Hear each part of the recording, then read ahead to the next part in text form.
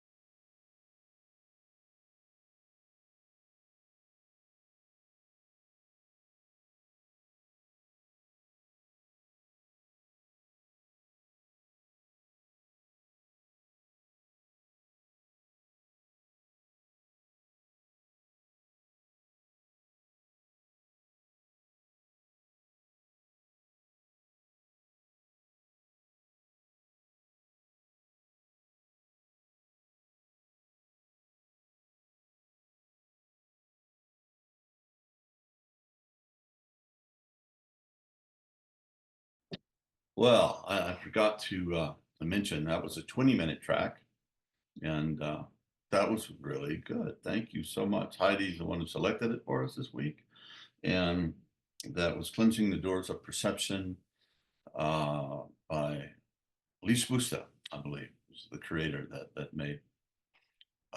created this particular track. So I found it very helpful and very useful. And what can I say? Well,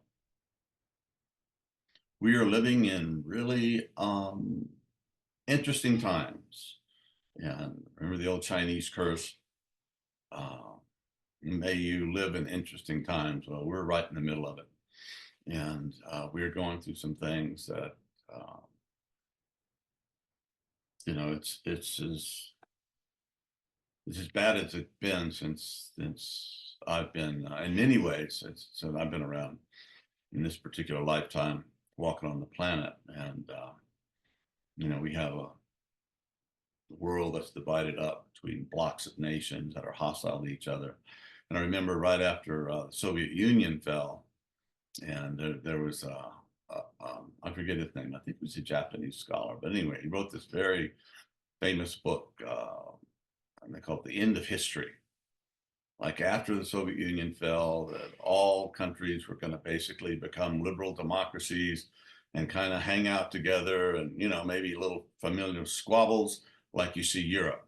If you look at Europe, it's a tremendous example of what can happen with uh, political evolution, right? If you study the history of Europe, as I have, it's God, what a bloody mess.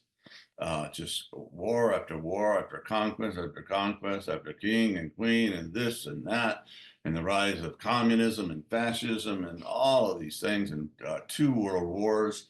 And it looks like they got it together, as far as Western Europe, and which includes what was formerly called Eastern Europe, has expanded to a group of nations that really, really aren't threatening each other anymore. So peace can happen, but it ain't all over. We're not there yet. And I guess by the time that, anyway, in the next week, we're having this very pivotal election in the United States, which is causing a lot of stress for my friends, and I'm sure for many people, because it's a huge um, choice it's going to be made, and it's a choice between continuing our very imperfect democracy or moving towards a more authoritarian leader Führer type of system. And we thought it could never happen here. The famous novel back in the 30s, Sinclair Lewis wrote it, said it couldn't happen here. And it was about how a populist candidate for presidency won and turned America into a fascist state. So that's scary stuff. And we have huge wars going on. That's it's not just a Cold War. This is a hot war, and it's focused on Ukraine. And hundreds of thousands of people have died and been wounded, and it's just causing tremendous problems, and other countries are getting involved. Wow. Oh, and did I mention global warming? And a few other details. So what can we say about that? Well, we can say that I think that our what we do as individuals and the interior work that we do as individuals is also matters. Okay. It's not just a way to check out of the stress and the hatred and the violence and the lies and all of these things that are going on. It does do that. It does do that. But it seems to create a field. Okay, and there's scientific evidence for that. That a field is created by our individual consciousness and what we do. And as I've often said, and I don't know if this is an original quote or I ripped it off from somebody, but I'll say it anyway. There's no problem on planet Earth right now that has not been caused by human beings.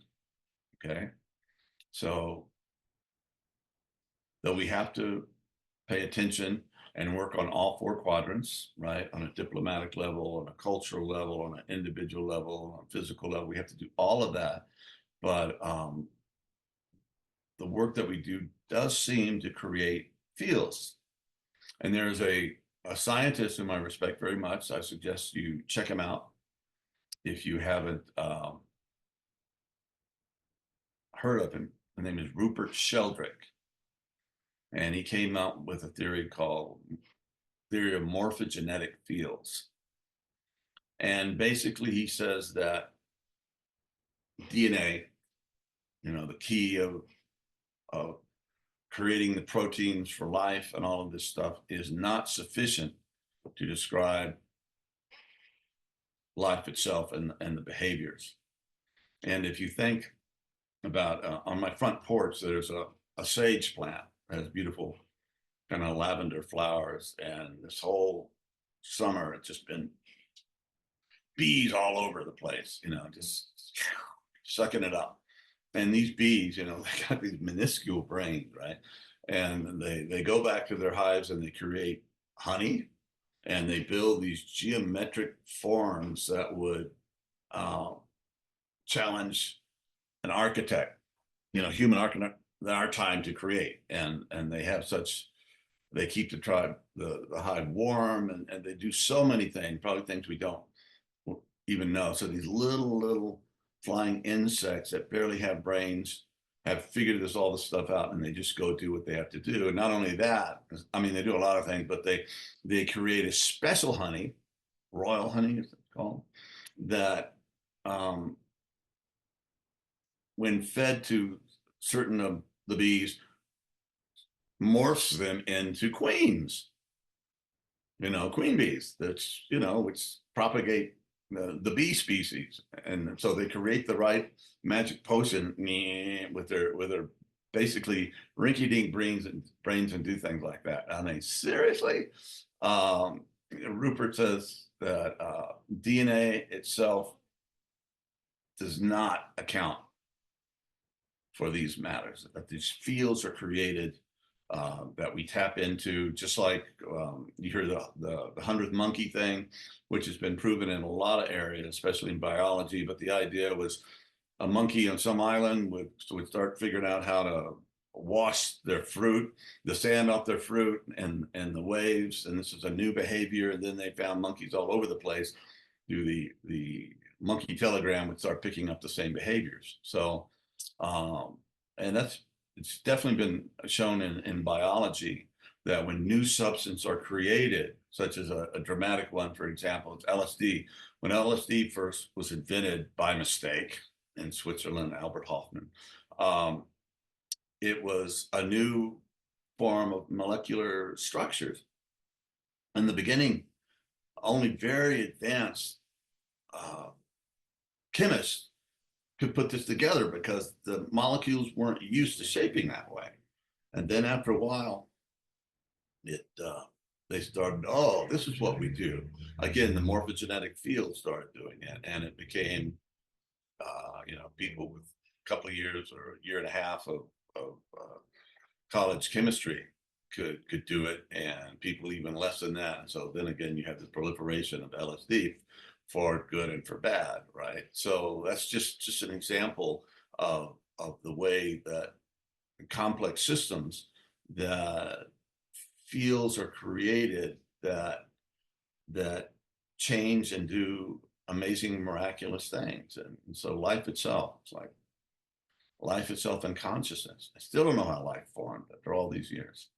And physics, which I'm very interested in, has been largely in the doldrums for the last 30 or 40, 50 years. It's been a really dark period, and theories have come up and have just not been, everybody bought into the string theory, which is really a cool theory, but there's no, after years and years and years, none of the things that were supposed to show up, evidentiary things, just didn't show up, and people have kind of go, well, not so much. So anyway, there's still a great mystery. And with the James Webb telescope, we're finding things, and the mystery expands. We're finding things in the universe that, according to all our theories about how the universe formed, shouldn't be there. And we're having to rewrite things and figure it out. And truth is, we don't know. It's a great mystery. But a few things that we do know, and we know that meditation and interior work can transform the human spirit and human consciousness, and meditating together, such as today, can create energy to that it makes it easier for other people to move into. So your meditation work, remember, it's not just for you. That's very important. It is for you and your own personal growth, but you're actually doing it. You're connecting to a bigger field that makes it easier for people in other places and other generations, other times, to do these interior work and this behavior. So it's worth the struggle. It's worth the effort. And it's one of the things that gives us hope that we do matter as individuals. And of course, we have to do whatever we can do on the, the political, the outward, the cultural thing. We have to account for that also. But the interior work that we do and the inner healing makes it possible and easier, actually, for other people to heal and to wake up, if you will. I call it self-realization, when you kind of remember what you really are, and it's like the lights come on, and people that are so transformed behave in kinder, more compassionate, wiser ways, because everything matters. From those little amazing bees that I was talking about, to the little bugs on the floor, to the rivers and the air and the forest, and all the creatures and all our brothers and sisters, non-human, they all matter and they're all part of this. And so we need to kind of get over ourselves. And I think we could start with stop killing each other would be pretty good. We're not quite there yet, but then cooperating. And in game theory, they found out that they've done all these experiments where they have different people trying to compete at these games to see who had won. And the ones that always won, with maybe one exception, were the games where cooperation was part of the structure of the game. And the ones that were about competition and fighting and going and trying to win the game by beating the other through dissent, I think is what they used in the experiment, actually didn't win. So I hope that's coming to some kind of coherent picture there, that that love, compassion, coherence between our hearts and our brains, and our individual meditations and our group meditations, and the things that we do, the good things that we do in the world, that the great spiritual traditions and the great sages have been telling us to do forever, actually do matter. And they may be the hope of the world. So anyway, and hopefully things that we're creating here at WeAwake can, in a small way, make a difference. And you never know, right? The butterfly effect, right? They found in chaos theory and complexity theory that one little thing on the outskirts, right, of the whole system can change the whole thing, So if you feel like you don't have much power and powerless and there's no hope and everything, just realize what you do, according to science, according to these theories, and that have been affirmed through experimentation for a long time, actually can make a difference. So God help us. Keep doing the right thing. And I know it's hard, but stay aware, and don't